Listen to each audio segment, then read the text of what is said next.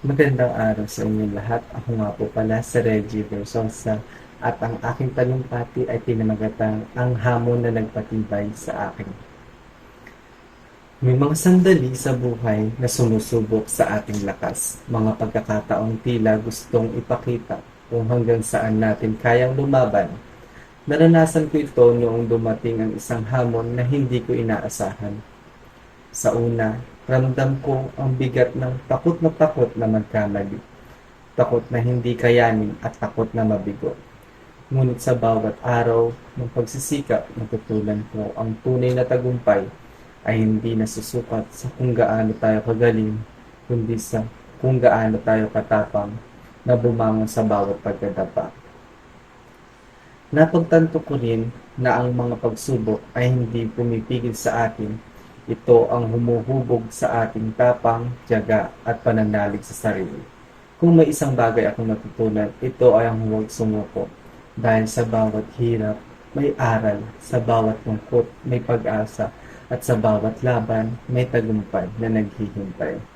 Kaya sa lahat ng humaharap sa pagsubok, lagi niyong pakatatandaan, ang tunay na lakas ay nasa loob natin. Manalig, lumaban at huwag matakot sa hamon ng buhay.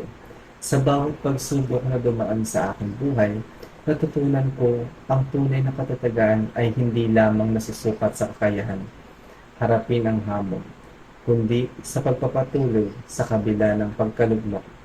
Minsan ang mga pangyayari ay tila sinasadya upang subukin ang aking tapang at tiyaga, mga pagkabigo na nagdudulot ng panghihinayang, mga desisyong kailangan balik-balikan at mga pagkakataong halos sumuko na ako. Ngunit sa gitna ng lahat ng ito, natuklasan ko ang kakayahang bumangon ng mas matibay, mas matalino at mas determinado.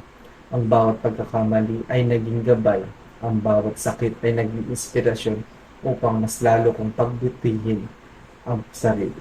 Sa halip na panghinaan ng loob, ginamit ko ang bawat hamon bilang hakbang patungo sa isang mas mahusay na bersyon ng aking sarili.